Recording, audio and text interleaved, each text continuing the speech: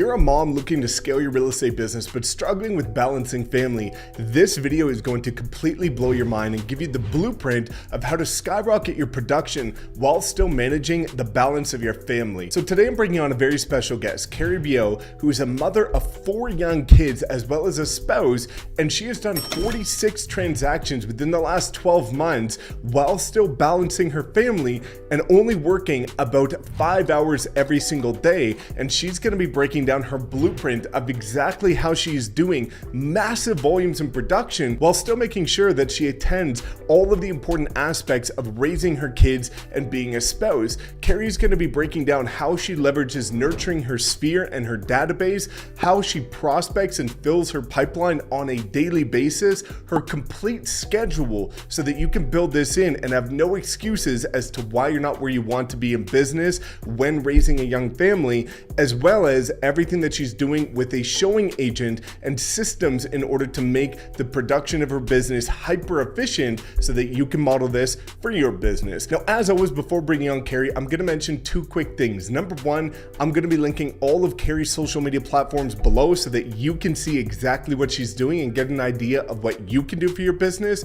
And also, I'm going to link her calendar link below in case you want to talk to her one-on-one and get her free support in order to help scale your business this year. So this is truly an incredibly valuable video that I'm grateful to bring to you. And without further ado, let's bring on Carrie and show you how to build not only massive production, but increase the profitability while still balancing your beautiful family. What's going on, guys? Welcome back to another video. And today we've got on a very special guest that I'm really excited to bring to you because it's going to relate to so many of you that are getting started in real estate as a mom. So we've got on Carrie Billeaud, and she's an absolute rock star where she ended up partnering with us, capping within the first 4 months, hitting icon status within just 9 months, and has become one of the top producers in her entire market very quickly while balancing 4 beautiful young children. So really excited to dive into how Carrie has become a super mom, done massive production while still having a very incredible harmony and balance with her family. So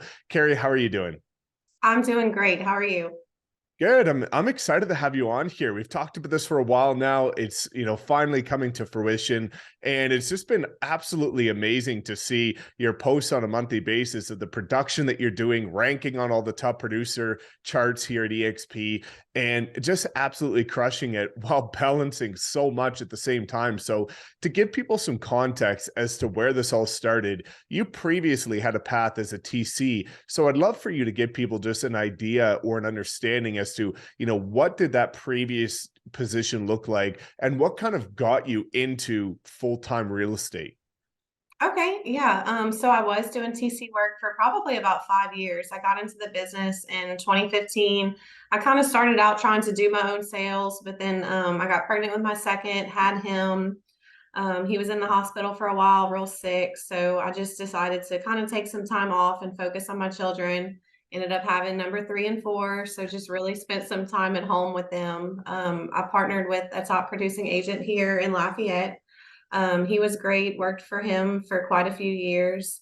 But I just my kids got older. I was doing showings for him, inspections. I was still running all over town for him. And then I was just thinking I can do this on my own. I'm still bringing kids to showings. I'm just juggling everything. So I ended up putting my youngest in daycare last year, I guess the end of the year. My older ones were able to go to school at that point. And then I just kind of started grinding, reaching out to my sphere, doing open houses. I did door knock my subdivision and kind of started farming that, got 3 listings out of it, just connecting with people really. That's super powerful. It's incredible to see that, you've continued to add to the family over this time while still building your business. And I think we'll dive into that because a lot of people are in that position. And, this is not for better or worse, but I find just through a lot of conversations with people is that they use the family as a crutch as to why they're not succeeding. Whereas you found the ability to balance having the successful family and the successful business, which I think is incredibly beautiful and powerful. So, let's talk about that transition a little bit. as to going from TC to then Realtor, what did that look like for you in terms of a schedule? Because I think understanding your schedule is going to be a really powerful aspect before we dive into how you approach your sphere, how you built your sphere, and what you did with open houses, and you're doing incredibly well on Facebook and social media as well. But for a mom of four, what does your schedule look like, and did it look like, and what does it look like now that you've got the four kids, but still massive amounts of production? So before, whenever I was working TC, I'd kind of dropped the older two off. I still had two at home at that point, and I would just, I'd be on my computer, but while entertaining them at the same time. So it was actually very difficult, a lot of multitasking. And I actually went to an investing course because I also invest in real estate. I have some Airbnbs. I flip a couple homes a year, so I was really big into that. And I went to an investing course, and they're just kind of asking about production and stuff. And I told them, the teacher of the class at that time, that I was doing TC work, but I was going to try to sell on my own. And she just looked at me and she said, "You cannot do both. Like, you really need to choose. You're not going to succeed doing both." So at that point, like, I kind of really thought about it and just decided to give up the TC work. I actually had an agent that I was working for at the time tell me that I was going to fail, that I wasn't going to get anywhere. And so that just kind of lit a fire under me, to prove her wrong. So at that point, I gave up all the part-time TC work, just focused on my own production, and I was able to sell. I think I did a little over 10.5 million last year, flipped two homes, and added three doors to our rental portfolio, all while, balancing. My kids are 9, 7, 5, and my little one just turned 3. That's So absolutely my schedule incredible. is insane. I get up in the morning. My husband, of course, leaves before any of us even wake up. So I don't really have any help in the mornings with him. So we do, breakfast, get ready, get dressed, get out the door, get your bags, pack lunches, all that. I have three different drop-offs, three different schools between all four of them. So it takes me about an hour in the morning to drop everyone off. I don't get to the office until probably 8:30. And then I have to leave at 2:15 to do pickups. So Wow, I'm that's pretty much part-time incredible. doing the high production. So I wanted to just share with other moms and show them how it's possible. Definitely. No, this is something that I know it's going to really connect with people, and I think it's crazy to just see the extent of the fact that you've got multiple drop-offs and all of these different things, and again, I think it's beautiful to look at the fact that, and we'll unpack this a little bit, but you must be hyper productive between that kind of 9 and 2 time frame after you drop them Yes. off and pick them up. Yeah, you have to be. Because a lot of times you can get to the office and you can be busy, but are you actually being productive? So I really have to focus my time on being efficient and productive during my time. So what does that look like for you in terms of, I know we talk about Sphere. I know that on the weekends you absolutely crush open houses, but on the average day, what does that look like for maybe another mom or yourself that is doing the morning routine? You've got the afternoon, late afternoon, evening routine, that kind of power hours in the middle where you're home and you're working. On the Mhm. average day, what does that look like for you in order to continue to move that needle of your business every day? So I get to the office and I try to do consistent lead generation for 2 hours a day. Because by 2:15 I have to leave, and we do the whole homework routine in the afternoon, extracurricular activities, all that. My daughter's in dancing, my son's in baseball, just all over. So I try to schedule my appointments in the evening when my husband's home or on the weekends. And once I got to a point where I was at a high level of production last year, I did hire an assistant. I hired a showing assistant. I think those are must-haves when you're selling at such a high level and have multiple children. Um, I don't think I could have done it without it. So I really want to just say leverage is key in this business when you get to that point, of course. In the beginning, it was pretty crazy. I wasn't home a lot. I was just all over the place. Sometimes I'd have to bring my kids. I don't suggest it. Um, but sometimes you have to. And once you meet a client and form that connection with them and they trust you and they like you, and you have to bring your kid to a showing, most of the time they understand. But I try not to do that because, you want to focus on your client in the home and not having your baby running all over the place. So the showing assistant has been a huge help, Of as course, well of as the course. VA. Yeah, we'll definitely dive into that. And I think, looking at that window of time, I just really want to get some clarity on that. When you sit down at the office and you start diving into lead generation, what have you done in order to generate leads? And what does that 2 hour window of lead gen look like for you? So I utilize 𝗕𝗶𝗄𝗃 a lot. I started out, I was with Keller Williams beginning of the year, and then when I, came to the EXP and the Wolfpack, we got the amazing CRM of 𝗕𝗶𝗄𝗃. So I do use that a lot. I add people in it daily. I try to add about 5 a day, make phone calls for 2 hours. I try to cater to my sphere a lot, just reach out to them, just call them and ask them how they're doing. You don't necessarily have to call them and ask for business, just have a conversation with them. So that's what I kind of do. I do pop buys too. I do client events throughout the year for my clients. I'll do like mass text to all my past clients. Like for Christmas, I did a Starbucks gift card, just making them feel appreciated and just Definitely. stay connected with them throughout the year. I think that's super powerful. All of those touch points, and before we start diving into some of the other things you do within that window of time, when you're cold calling people and when you're adding these 5 people a day to your database, which I think again is a really powerful thing in itself, because a lot of people think you need to add hundreds of people a day to build this sphere and to build high production, but it's more about the small things and hitting singles every day and just being consistent with something that's small that compounds over time into something more significant. So when you're making these calls, where are you calling? Is it FSBOs, expireds, or just overall market? What are you doing in the cold calling time frame? So I do call FSBOs every now and then. I do call expireds, um, open house clients that I've gotten in the past that sign in. I call them. I've have gotten lists on from. I do have a marketing person I hired this year as well, so he helps me to purchase lists and stuff that I go through. Distressed homes, vacant landlords, stuff like that. So I do call on people like that, but I'm also on the investing side, so. Um, I kind of do both because I do, I always try to find properties to flip or purchase as rentals too. And I have gotten listings out of cold calling for investing. So it kind of goes hand in hand. Yeah, I think that's a super cool kind of alignment. And we see that all the time. That's what I did in the beginning as well, because, typically people that are going to look to sell their property as an investment, if there's an opportunity to exit at a market price and not sell at a discount, it becomes a listing. So that's a really cool kind of synergy between residential and investing. Now, Exactly. you've crushed it with open houses. So let's Mhm. talk about that for a second in terms of, obviously, again, I love that you said the word leverage. So it's near and dear to my heart because it's how I like to build business with video content, is it creates massive leverage.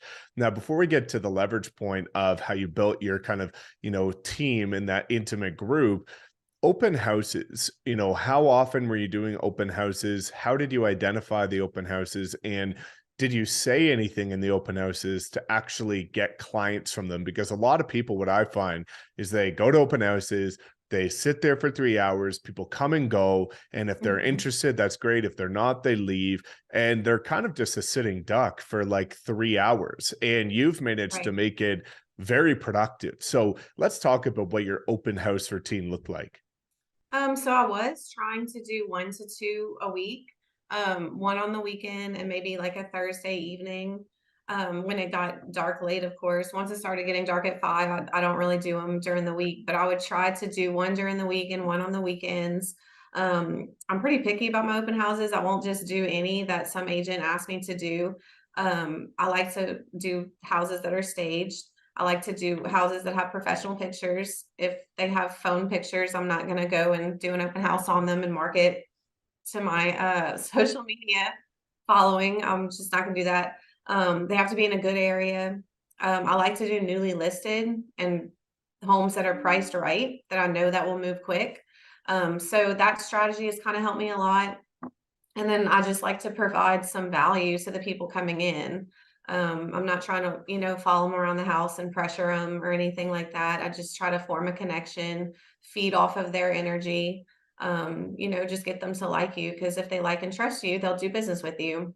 And so I've made a lot of connections with open houses. think I've closed maybe 7 last year from open houses, but made a whole lot of connections. I try to talk to the neighbors around the open house that I'm doing, just getting out there and meeting people, really. Definitely. And connection is a key word because I find that, a lot of people are just focused on selling and they're Mhm. not focusing on connecting. And what people fail to realize is that the less you try and sell something and the more you try and connect on a deeper level with people, the higher you're going to convert because it doesn't seem like it's a transactional relationship. It's more of Exactly.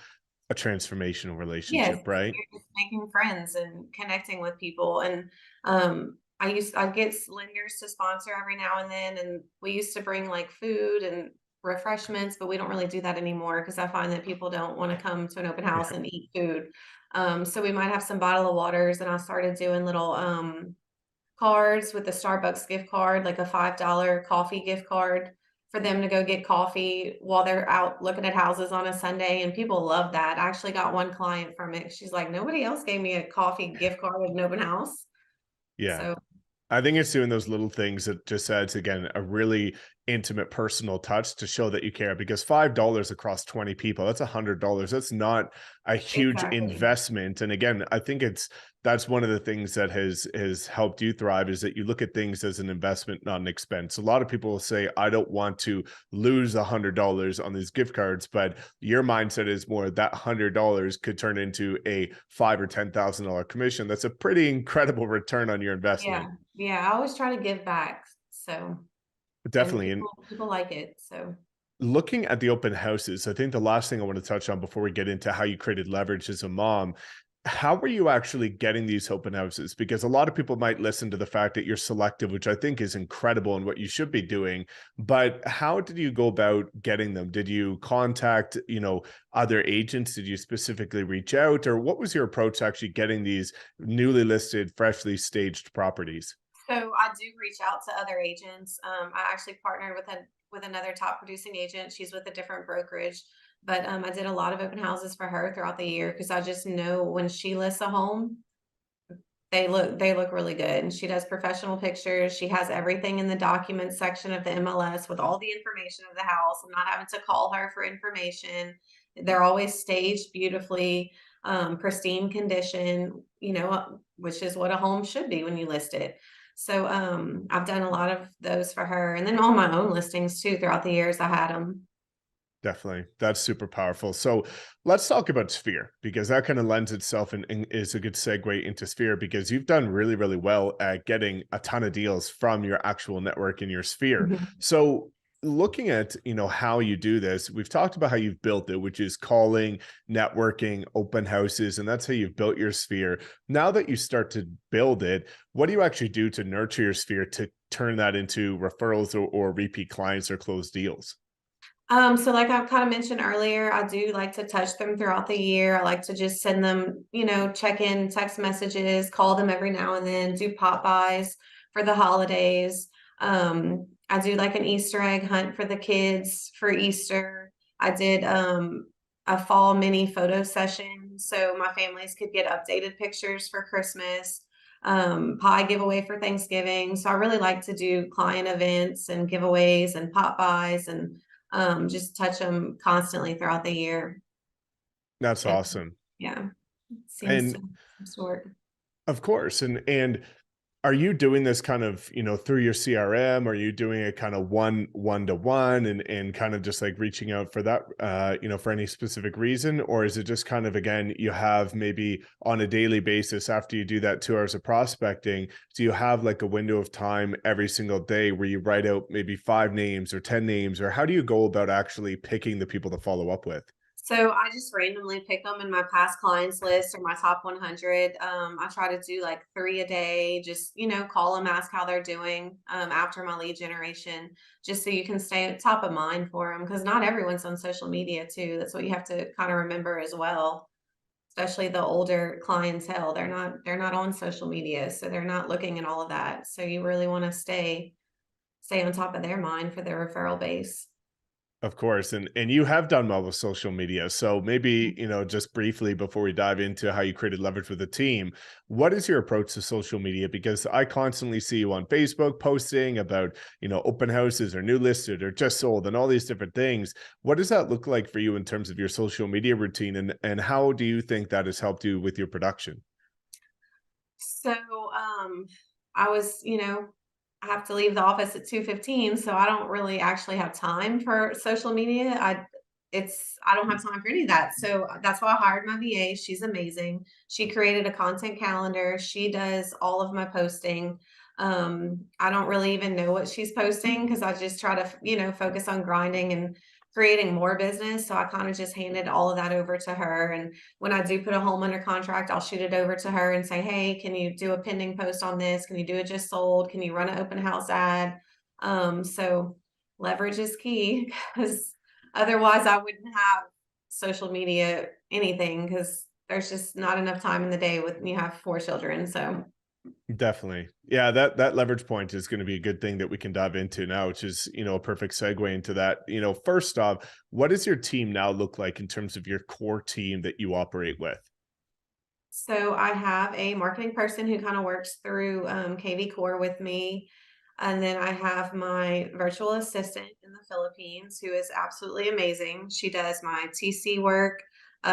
She does lead generating for me. She, cleans up my email, responds to email, all of my social media. She's on Facebook, Instagram, she started doing LinkedIn next door, which has been huge. We've generated a lot of leads from those 2 platforms. So don't forget about LinkedIn and next door. We've made so many connections only in the last 2 months from that.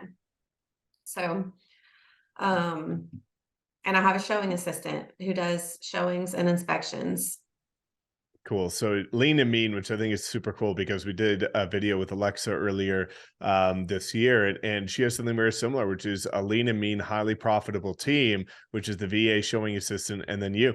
And a Mhm. lot of people think that in order to create leverage, you need a ton of people and you need to have this big team and it needs to be a logistical nightmare. And it really doesn't. So, the Mhm. first thing that a lot of people are going to be curious about is how did you actually find an incredible VA?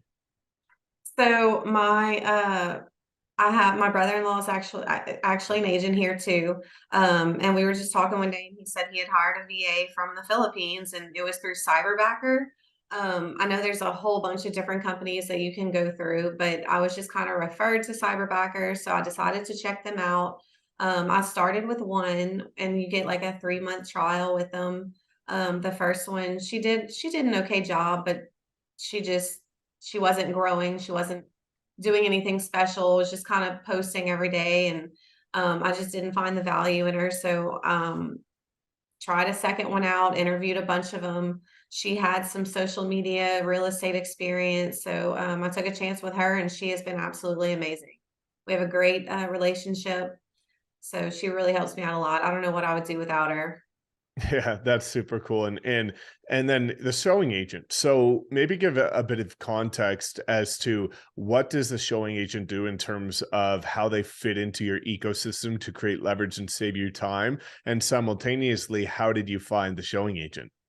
So my showing agent is actually my dad, and he is absolutely amazing. He got into real estate probably about a year ago, um, and he's kind of retired, so he's not really wanting to grind like I am. So he always helps me. He hangs my signs for me. He goes put lock boxes on houses. He helps me stage, and he does a lot of my showings, a lot of my inspections. He's very personable, so people love him. So it just really works out, and we have a great relationship, so That's perfect. Keep it in the yeah. family. There's nothing easier than that for finding Yeah. somebody that's a good fit. So, another thing that people are always curious about with showing agents, and again, it might be slightly different for you knowing that it is kept within the family, but structurally, in terms of a commission split, what does the payment structure look like for the showing agent in your situation? So I pay per hour. Do you want me to say that? I normally pay $25 an hour for showings. Inspections normally last about 3 hours. So it works out, and that's kind of what I was paid when I was doing it, because I was a showing assistant and TC. So I just kind of went off of my hourly pay that I had back then. Definitely. I think that's a really cool kind of thing, knowing your past, that, with the fact that you've got the VA and now that you've got the showing agent, those are both kind of jobs that you've had experience with. So you're probably pretty good in order to set expectations, help people kind of guide through that process and really build momentum. So, looking at this, looking at the future of where your business is going and the massive production that you're doing, I think the thing that I'd love to kind of unpack is your message to moms, in terms of, let's say there's a part-time mom or a mom that is full-time but is maybe struggling with the balance of the family. What are your best piece of advice to any other moms that are out there that are maybe struggling to build momentum like you've been able to build? So I just want to say it is possible. Especially I want to talk to those moms that have multiple children, like four and more. Because our jobs are not easy. We juggle, we wear so many hats, we juggle it all. Most of the time our husbands are not there to, help in the mornings, help in the evenings.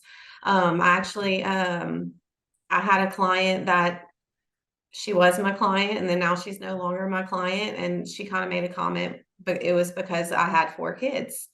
And I wasn't able to hustle like someone else would have. And comments like that, they just made me want to work harder and prove you Yeah. wrong. It is possible. You just have to be very intentional with your time and who you're giving it to. Um, and when you get to a level where you're selling a lot, people see that, lenders will reach out, title companies, like coffees, lunches, all the time. Like, you just have to say no to people. If it's not making you money, it's not to be ugly. It's just you have to be very intentional with your time. You can't go to lunch with friends for 2 hours during the day while your kids are at school. Like, you have to just do what you're supposed to do during the day, get your phone calls done, reach out to, if you have 5 people to call, make your 5 calls before you do anything else. Turn the lenders down for all these coffee dates. So that's what I would suggest. Just be very intentional with your time. Yeah, that's Time super powerful. Of time course. block too.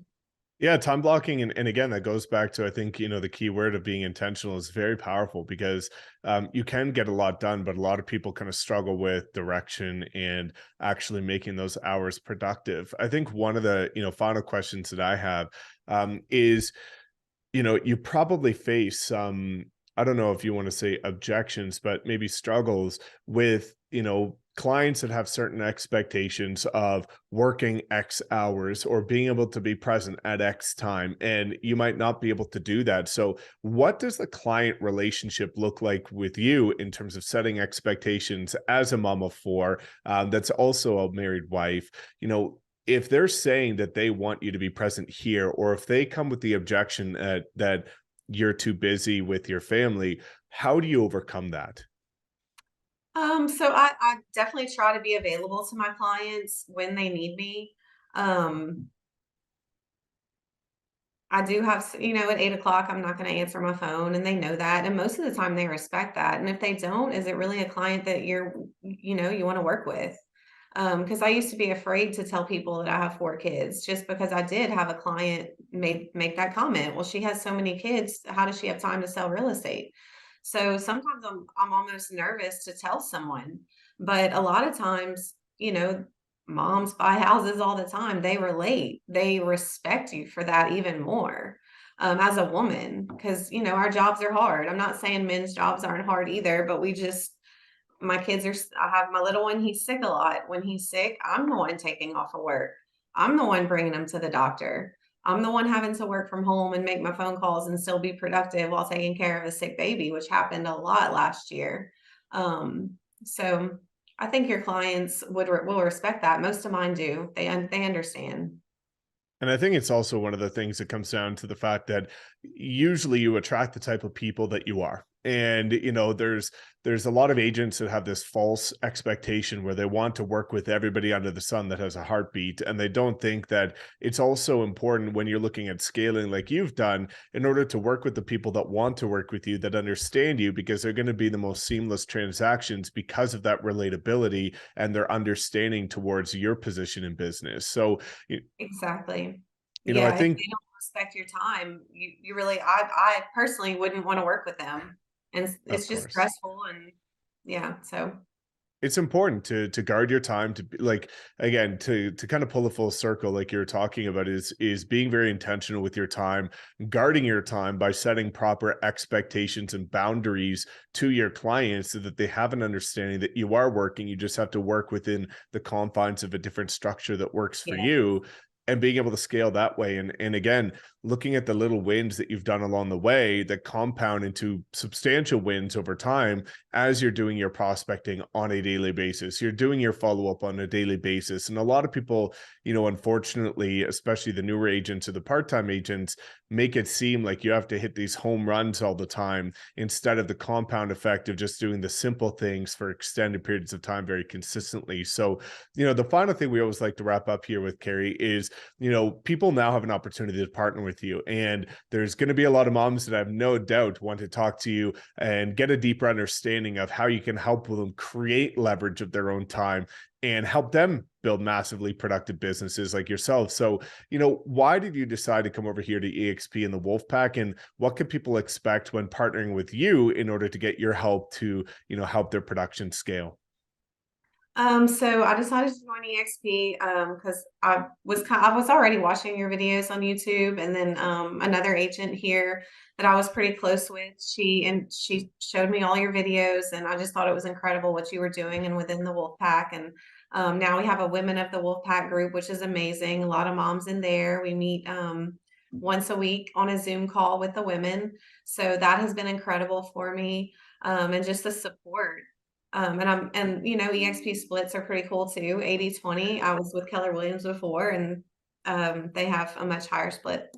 So anyway, I would just love to meet with any moms that are curious about how I went from being a TC part-time to full-time, selling over 10.5 million.